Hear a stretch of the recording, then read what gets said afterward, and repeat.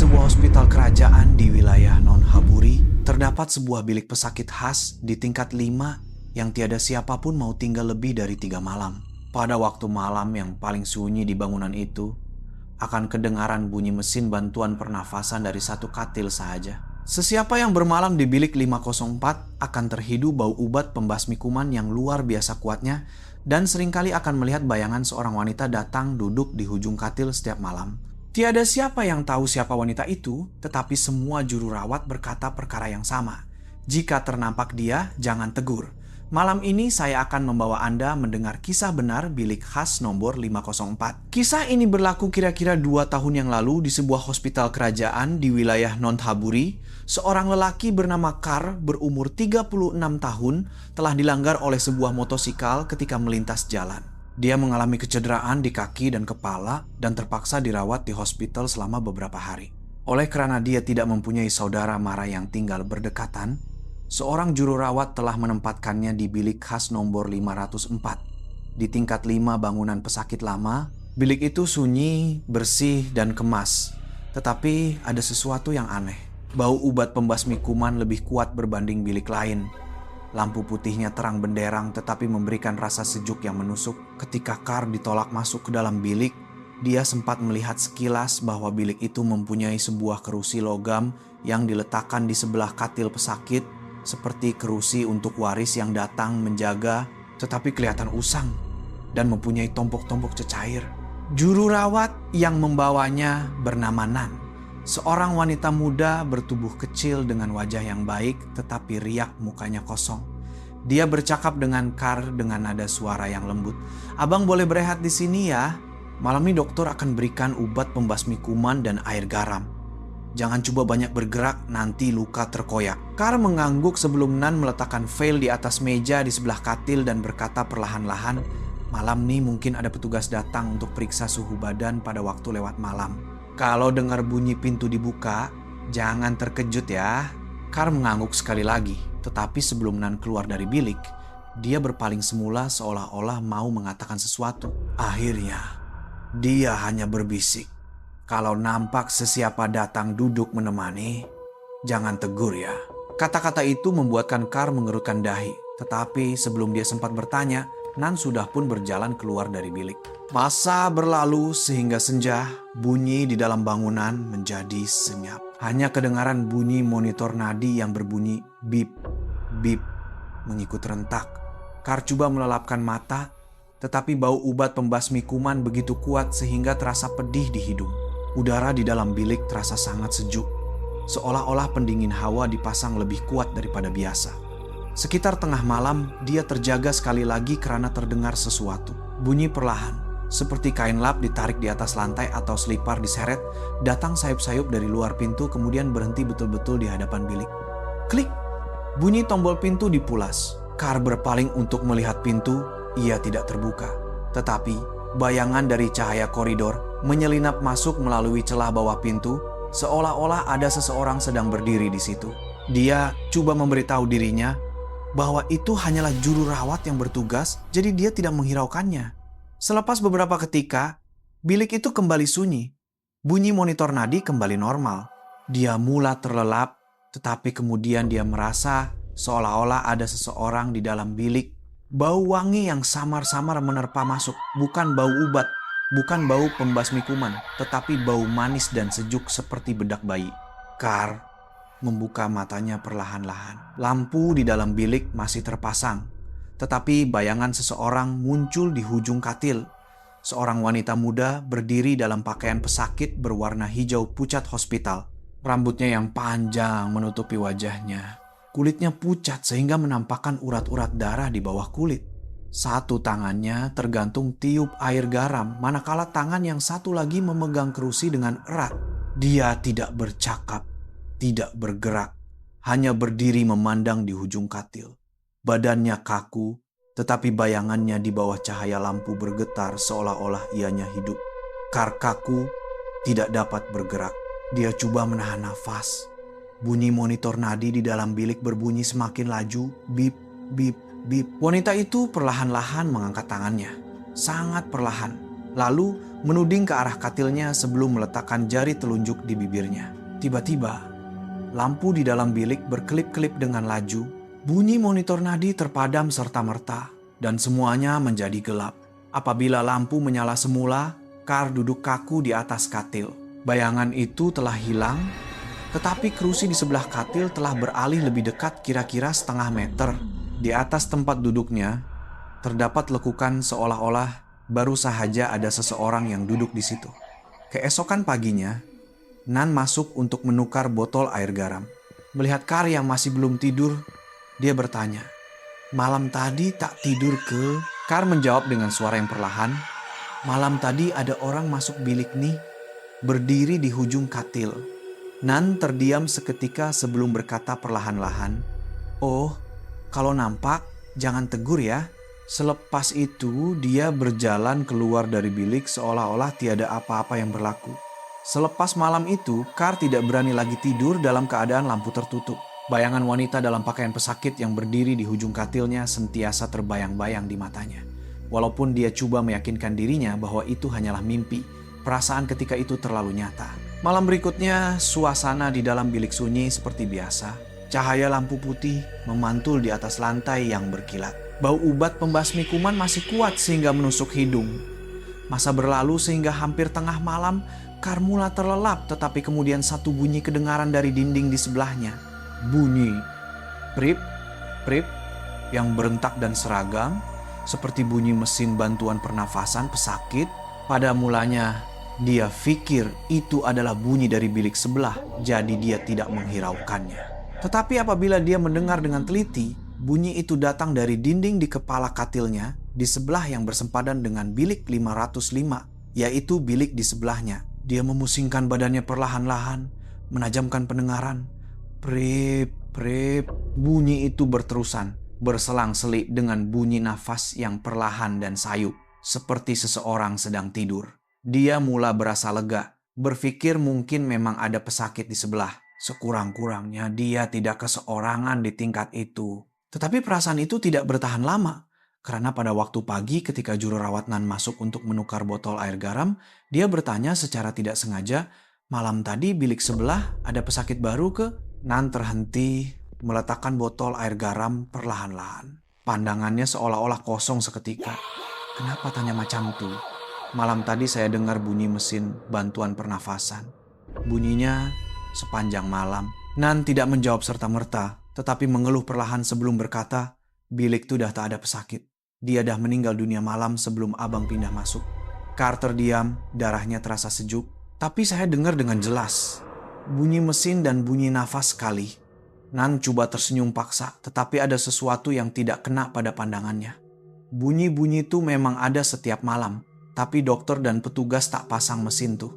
"Mesin tuh udah dimatikan sejak dia meninggal." Selesai berkata begitu, dia berpaling dan keluar dari bilik seolah-olah tidak mau bercakap lebih lanjut. Carr duduk kaku, jantungnya berdegup kencang. Dia coba mencari penjelasan yang logik. Tetapi semakin difikirkan, semakin mustahil. Malam itu, dia berniat untuk tidak tidur. Ingin mendengar dengan lebih jelas sekali lagi. Masa berlalu sehingga hampir tengah malam bunyi itu kedengaran lagi. Prip, prip, prip, prip. Kali ini lebih jelas dan berentak seperti mesin bantuan pernafasan yang benar-benar berfungsi. Carr bangun perlahan-lahan, coba bergerak walaupun lukanya masih sakit. Dia menggunakan tangannya untuk menolak badan ke posisi duduk bersandar di kepala katil.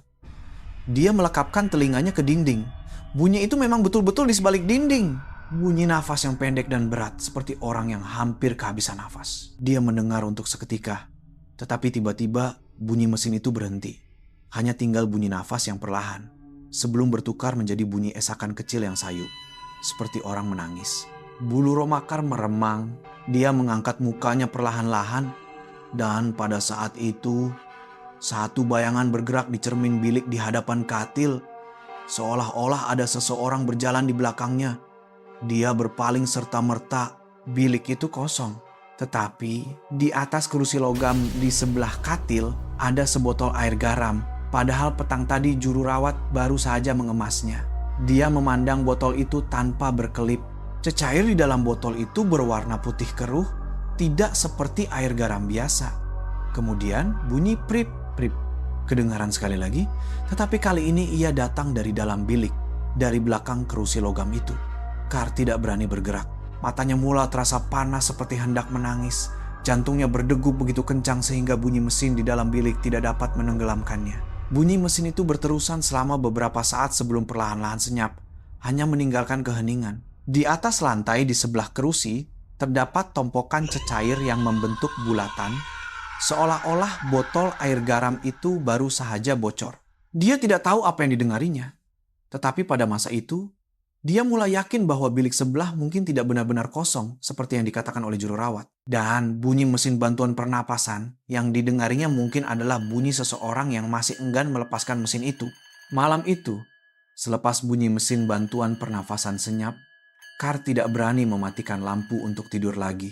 Dia duduk bersandar di kepala katil, memandang kerusi logam di sebelahnya untuk masa yang lama. Pikirannya dipenuhi dengan persoalan tentang dari mana datangnya botol air garam yang muncul sendiri malam tadi.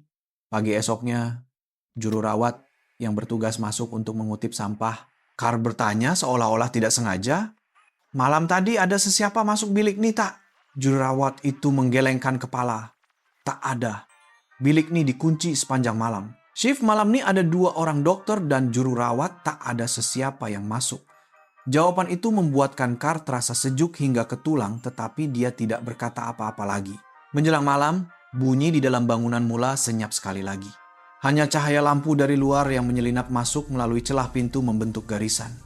Carr coba memejamkan mata, tetapi image malam tadi masih berlegar-legar di kepalanya. Bunyi bip, bip yang didengarinya dari bilik kosong di sebelah masih belum hilang dari telinganya. Dia terlelap seketika sebelum merasakan hembusan angin sejuk melepasi hujung kakinya. Carr terkejut dan membuka mata perlahan-lahan. Lampu di dalam bilik masih menyala, tetapi ada bayangan seseorang berdiri di hujung katil. Seorang wanita muda dalam pakaian pesakit berwarna hijau pucat berdiri membelakanginya. Rambutnya panjang kusut menutupi belakang badannya. Kulitnya pucat sehingga menampakkan urat-urat darah. Tiup air garam melilit pergelangan tangannya, dan hujung tiup itu tergantung mencecah lantai. Badannya kaku, jantungnya berdegup kencang sehingga hampir menelan suaranya sendiri.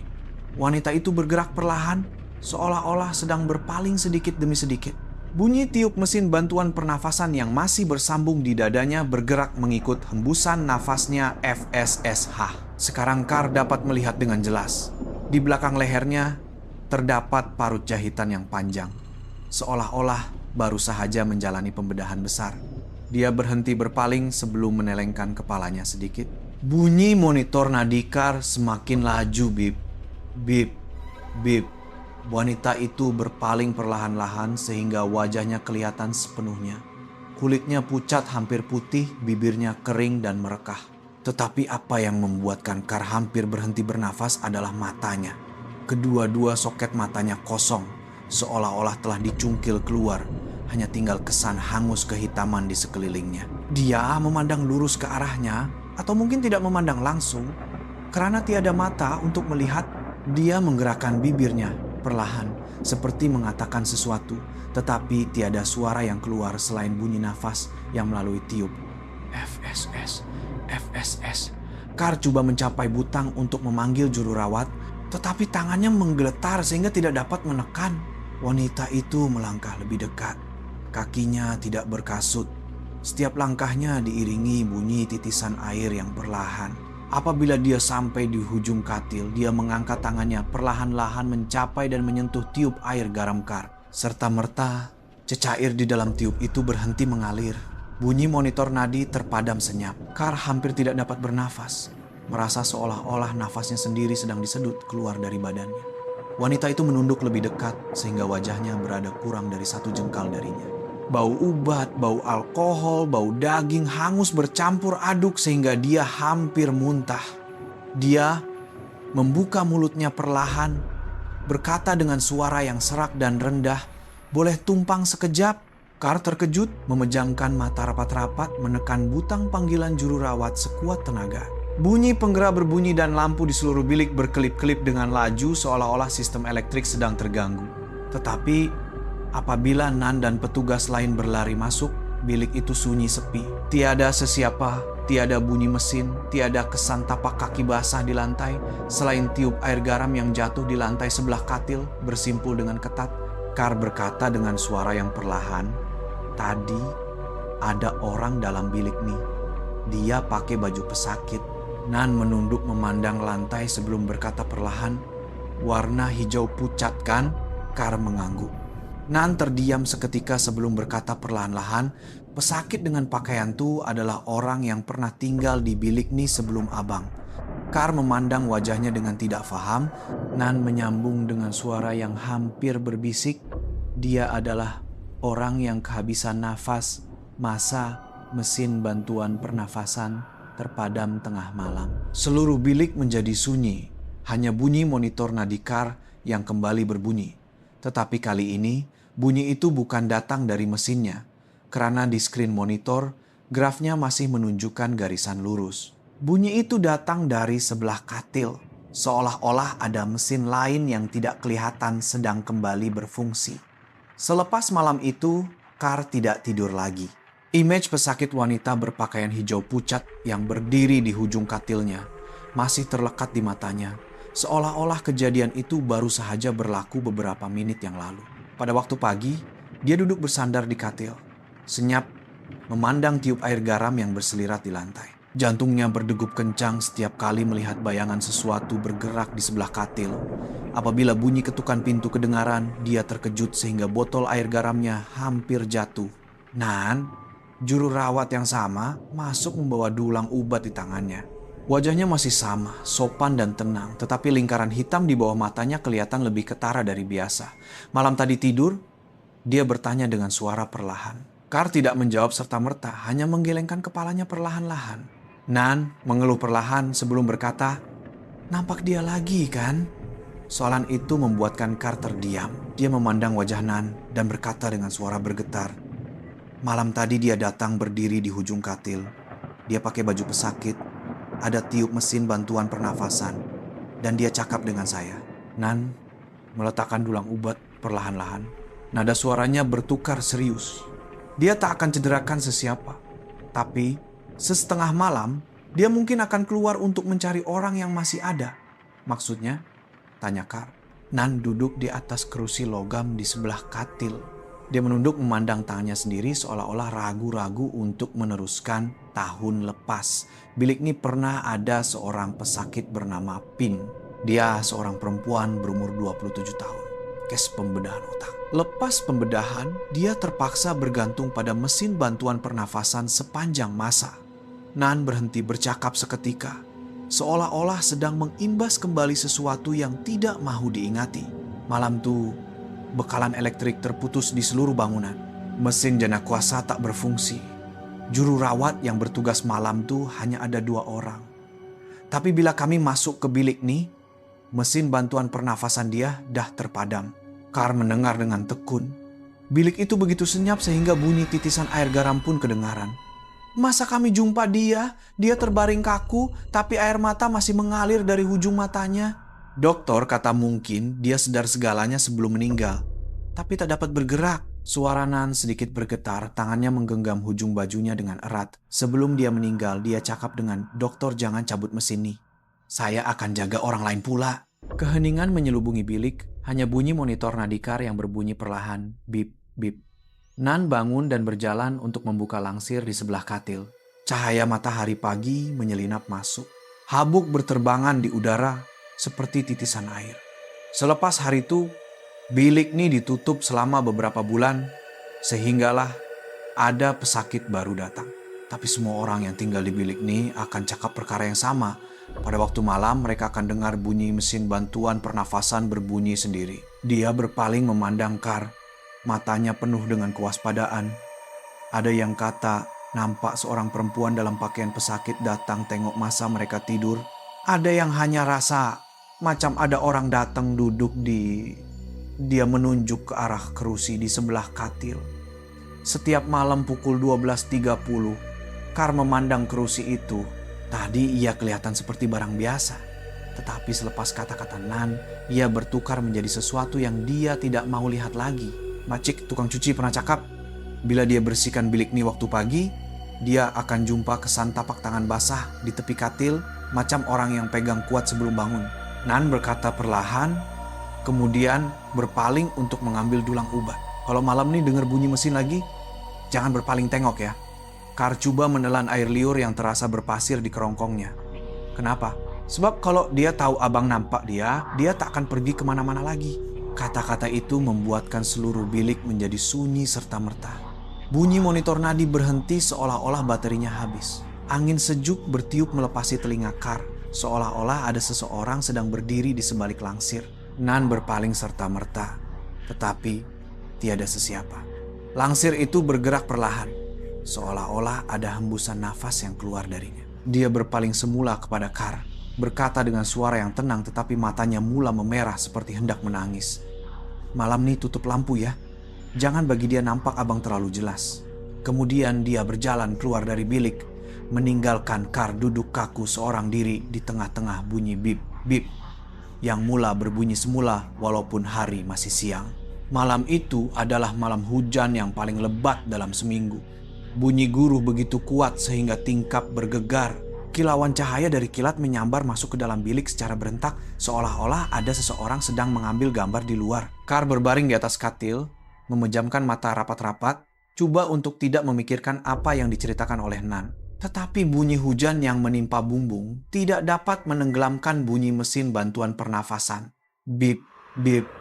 Rentak itu berbunyi lagi, walaupun jam belum menunjukkan pukul 12.30. Dia membuka matanya perlahan-lahan. Lampu di dalam bilik masih menyala, tetapi rasanya cahaya itu menjadi lebih malap dari biasa. Bau ubat pembasmi kuman semakin kuat sehingga menusuk hidung. Dia menghulurkan tangan untuk menekan butang memanggil juru rawat, tetapi belum sempat menyentuhnya. Lampu di seluruh tingkat terpadam serta-merta. Bilik itu tenggelam dalam kegelapan. Semua bunyi senyap. Hanya tinggal bunyi hujan dan angin yang bertiup masuk melalui tingkap. Dan selepas beberapa saat, bunyi mesin bantuan pernafasan kedengaran semula. FSS, FSS, bip. Tetapi kali ini bunyinya bukan datang dari bilik sebelah. Ia datang dari belakang langsir di dalam biliknya sendiri. Kar kaku, jantungnya berdegup kencang sehingga dadanya terasa sakit. Bunyi mesin itu begitu jelas, diikuti dengan bunyi nafas orang lain. Hah, seperti seseorang yang coba bernafas melalui tiub. Dia tidak berani bergerak, duduk kaku di atas katil, coba mendengar dengan teliti apa sebenarnya bunyi itu. Kemudian bunyi selipar yang perlahan kedengaran dari sudut bilik. Plek-plek, bunyi itu perlahan-lahan menghampiri, lambat tetapi pasti, sehingga berhenti di ujung katil. Kilat menyambar di luar. Cahaya dari kilat menyelinap masuk melalui tingkap, dan dalam cahaya itu, Kar melihat bayangan seorang wanita berdiri di ujung katil. Pakaian pesakit berwarna hijau pucat itu basah kuyup melekap di badannya. Rambutnya yang panjang menutupi wajah. Tangan kirinya memegang sebotol air garam, tangan kanannya memegang tepi katil dengan erat. Parut jahitan di belakang lehernya masih ada. Air menitis dari parut luka itu ke lantai. Plek, plek. Bunyi mesin bantuan pernafasan masih berbunyi. F, S, H, bip. F, S, H. Tetapi kali ini ia tidak datang dari bilik sebelah. Ia datang dari belakang langsir di dalam biliknya sendiri.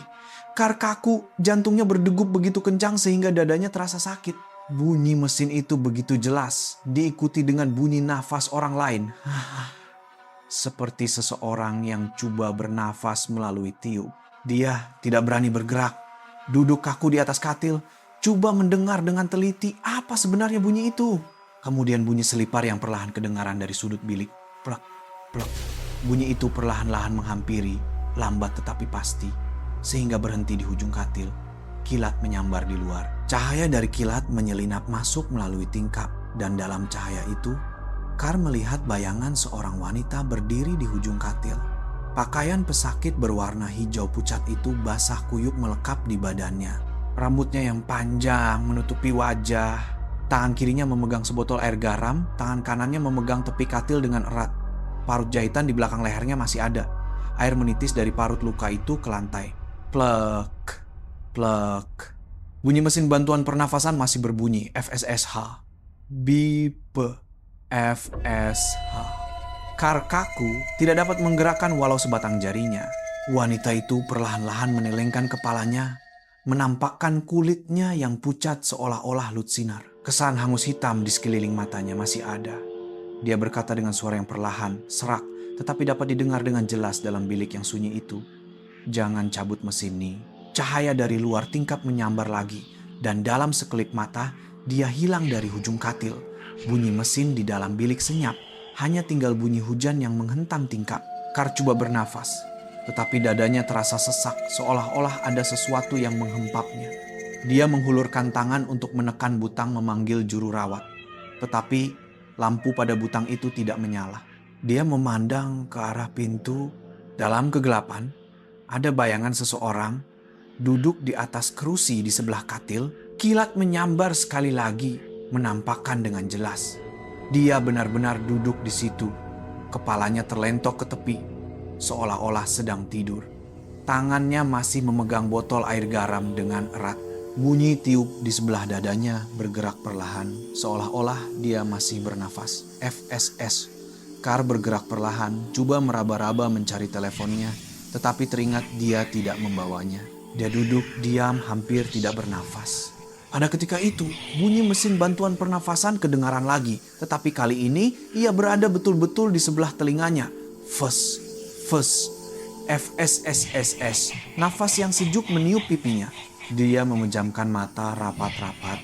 Air mata mengalir tanpa disedari. Kemudian, tiba-tiba, bunyi hujan, bunyi mesin, bunyi nafas, semuanya lenyap dalam sekelip mata. Lampu di seluruh bilik kembali terang benderang. Kerusi di sebelah katil kosong, lantai kering kontang, tiada kesan air. Tetapi di tepi katil terdapat 5 kesan jari berwarna kelabu gelap, menekan dengan kuat. Kar memandang kaku, tidak berani bergerak. Kesan itu seolah-olah baru saja dibuat. Jari jemarinya runcing dan panjang, menekan begitu dalam sehingga garisan-garisan halus kelihatan jelas. Dia tahu serta-merta bahwa dia tidak bermimpi karena pada saat itu satu suara berbisik di telinganya perlahan dan lambat seolah-olah suara yang menyelinap keluar dari mesin bantuan pernafasan. Malam nih, jangan tidur ya. Keesokan paginya, bunyi roda katil sorong petugas kedengaran sayup-sayup dari koridor. Bunyi orang berbual perlahan bercampur dengan bau kopi yang sampai ke hidungnya. Segalanya kelihatan normal. Tetapi bagi Kar, dia tahu malam tadi tiada apa yang normal. Dia duduk kaku di atas katil. Cahaya matahari menyelinap masuk melalui tingkap, mengenai tepi katil tempat kesan jari semalam berada. Kesan itu masih ada. 5 kesan jari yang runcing dan panjang menekan begitu dalam sehingga garisan-garisannya kelihatan, tetapi kini warnanya menjadi gelap kehitaman seperti kesan kulit terbakar. Juru rawat shift pagi membuka pintu dan melihat dia duduk kaku memandang ke arah tepi katil. Kenapa Tuan Jikar? Dia tidak menjawab, hanya menunjuk ke arah kesan itu. Juru rawat wanita itu menunduk untuk melihat, mengerutkan dahi sebelum berkata perlahan. Malam tadi kan lampu semua tutup. Kesan apa nih ya? Kar berkata perlahan. Saya tak sentuh situ. Ada orang pegang sebelum saya bangun. Juru rawat itu memandang wajahnya dan ketawa untuk menutup rasa gugup. Mungkin kesan sarung tangan juru rawat malam tadi, Kut, katanya sebelum berjalan keluar. Tetapi pandangannya sebelum keluar dari bilik kelihatan aneh. Seolah-olah dia sendiri takut akan sesuatu. Menjelang tengah hari, Nan masuk. Wajahnya kelihatan lebih pucat dari biasa. Lingkaran hitam di bawah matanya pekat seperti orang tidak cukup tidur. Malam tadi, macam mana? Kar memandang wajahnya tanpa berkelip. Lampu padam. Dan dia datang lagi. Saya nampak dengan jelas. Pim, kan?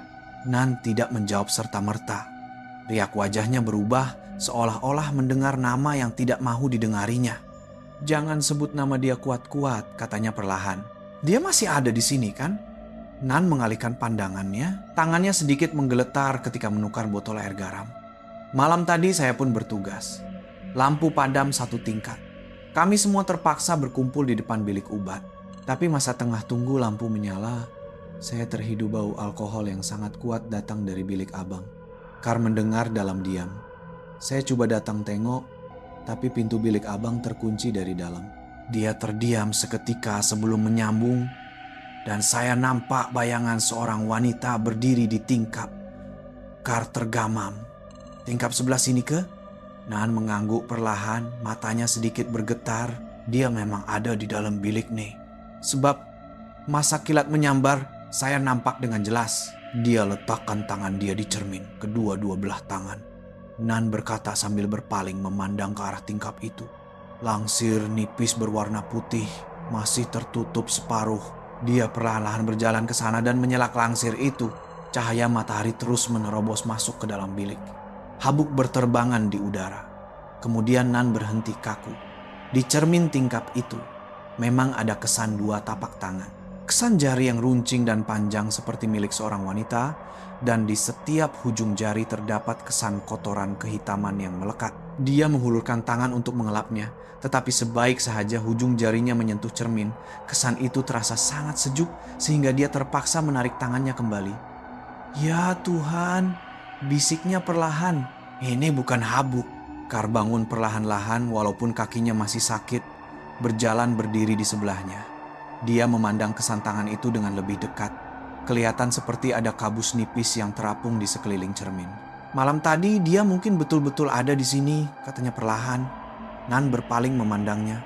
"Kalau dia masih di sini, maknanya dia belum pergi kemana-mana," katanya dengan suara bergetar, seolah-olah takut dengan apa yang baru dikatakannya.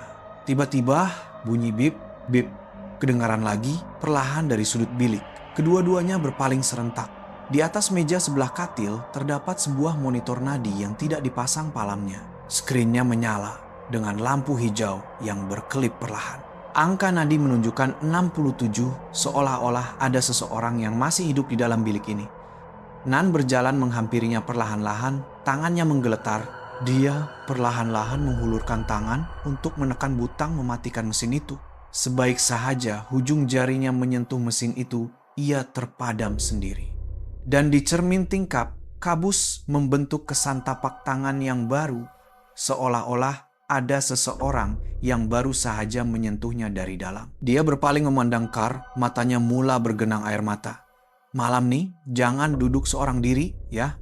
Suaranya bergetar sehingga hampir putus. Kemudian dia meletakkan file di sebelah katil dan berjalan keluar. Kar berpaling memandang tingkap sekali lagi.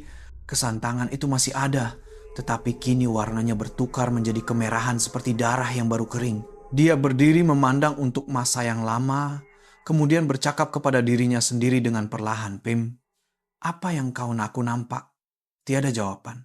Hanya cahaya matahari lembut yang menyelinap melalui kesan tangan di cermin, seolah-olah dia sedang memandang kembali dari seberang sana.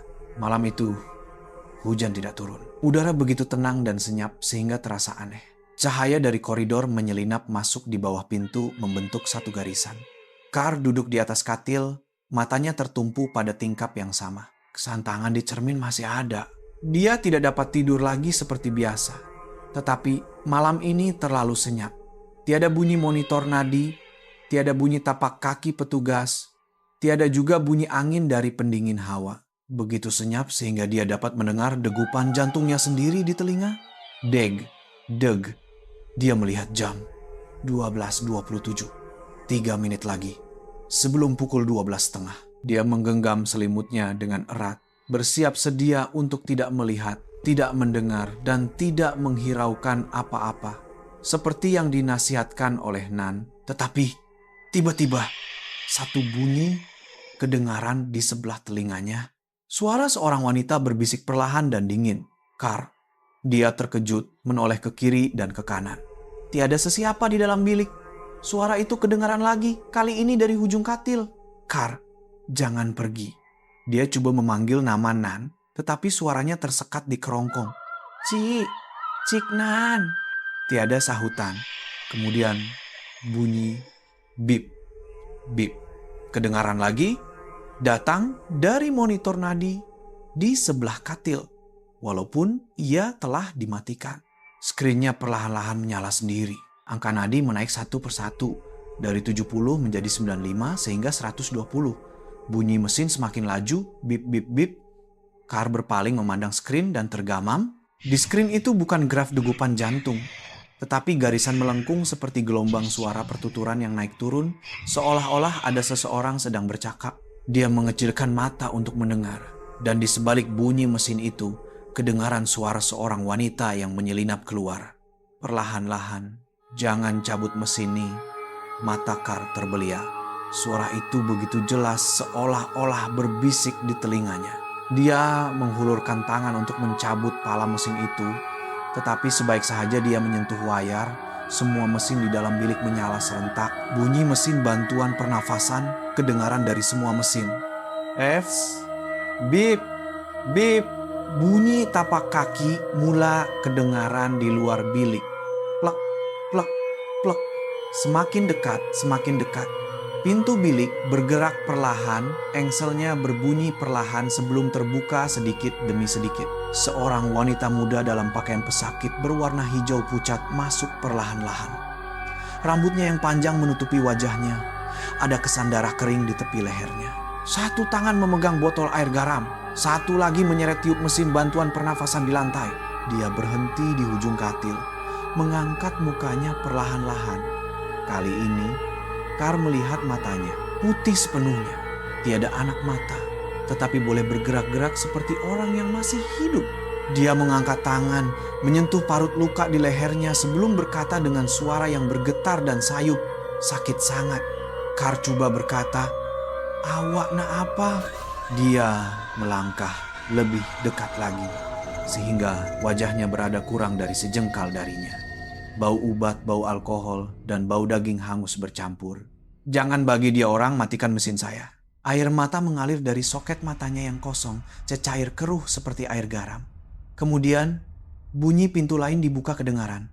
Juru rawat Nan berdiri di situ, memegang lampu suluh dengan tangan yang menggeletar, wajahnya pucat seperti kertas. "Pim," suaranya keluar perlahan.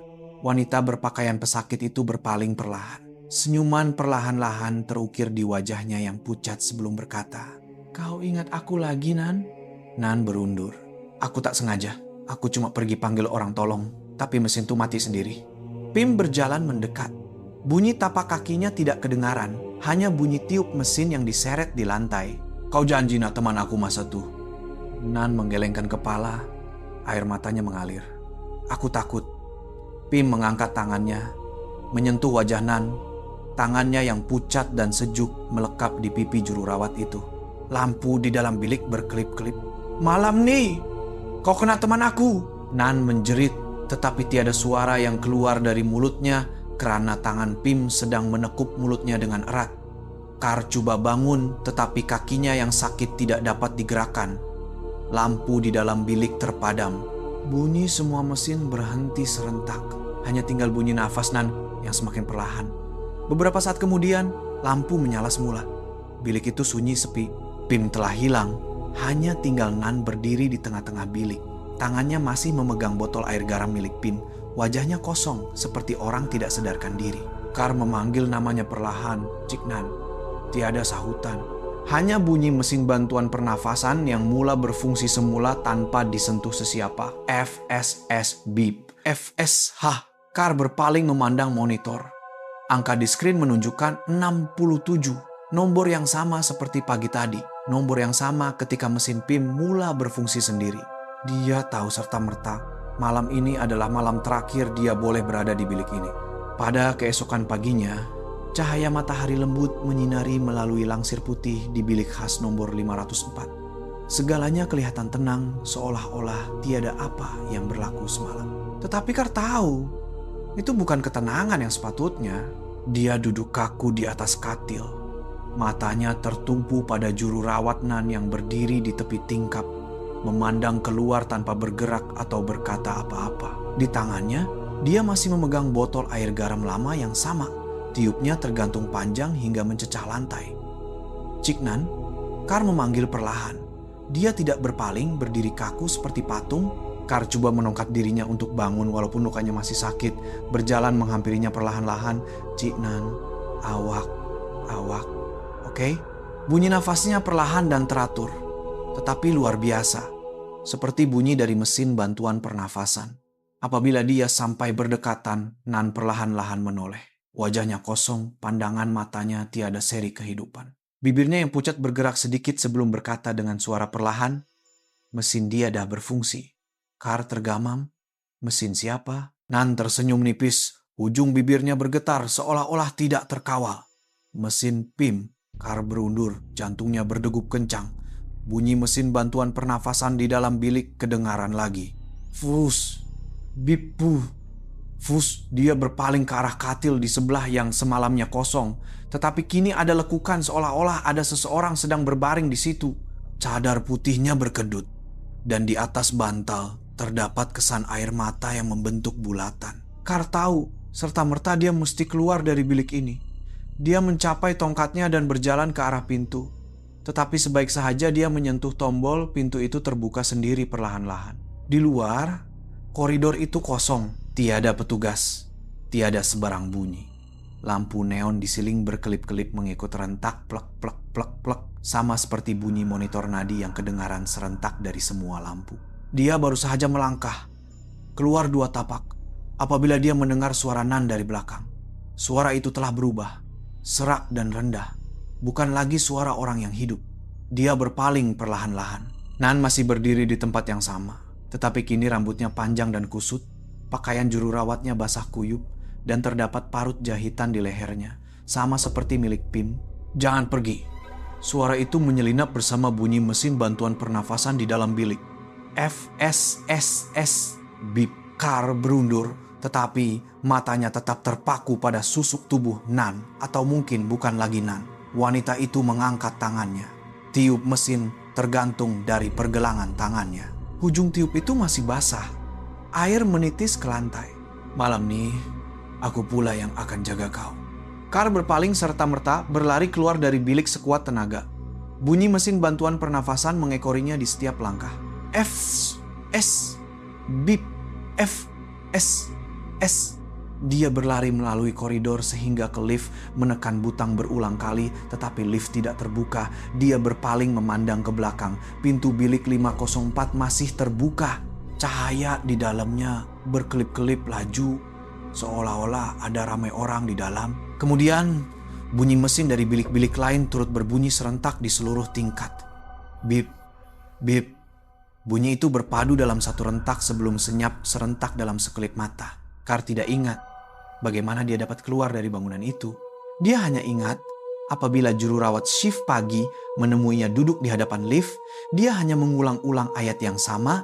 Dia masih ada dalam bilik tuh. Dia masih ada dalam bilik tuh. Hari itu, dia dipindahkan ke bangunan baru serta merta. Tiada siapa yang bercakap tentang kejadian malam itu lagi. 3 hari kemudian, juru rawat Nan hilang. Petugas berkata, dia tidak pulang ke rumah. Tetapi botol air garam di tangannya ditemui terletak di atas katil di bilik khas nomor 504. Mesin bantuan pernafasan di bilik itu masih berfungsi setiap malam pada pukul 12.30, walaupun tiada palam yang disambungkan. Semua petugas yang naik ke tingkat itu berkata perkara yang sama. Mereka merasa seolah-olah ada seseorang sedang memerhati dari dalam bilik. Tetapi apabila dibuka, bilik itu kosong. Langsir putihnya beralun perlahan, dan di cermin tingkap masih terdapat kesan 2 pasang tapak tangan. Satu milik wanita yang telah pergi, dan sepasang lagi milik orang yang baru saja mengikut untuk menjaganya. Sehingga hari ini, hospital itu masih menggunakan tingkat pesakit khas seperti biasa, tetapi bilik 504 ditutup 24 jam. Petugas akan memberikan jawaban yang sama setiap kali ada yang bertanya tentang bilik itu. Bilik khas nomor 504 tiada pesakit, ya. Tetapi pada waktu malam akan kedengaran bunyi mesin bantuan pernafasan yang sayup-sayup keluar dari dalam bilik. FSH, bip, FSSH. Dan jika Anda berjalan melewatinya pada tengah malam, mungkin Anda akan melihat bayangan 2 orang wanita berdiri di tingkap memandang ke bawah dari tingkat 5. Mereka mungkin sedang menjaga seseorang, seperti yang telah mereka lakukan selama ini.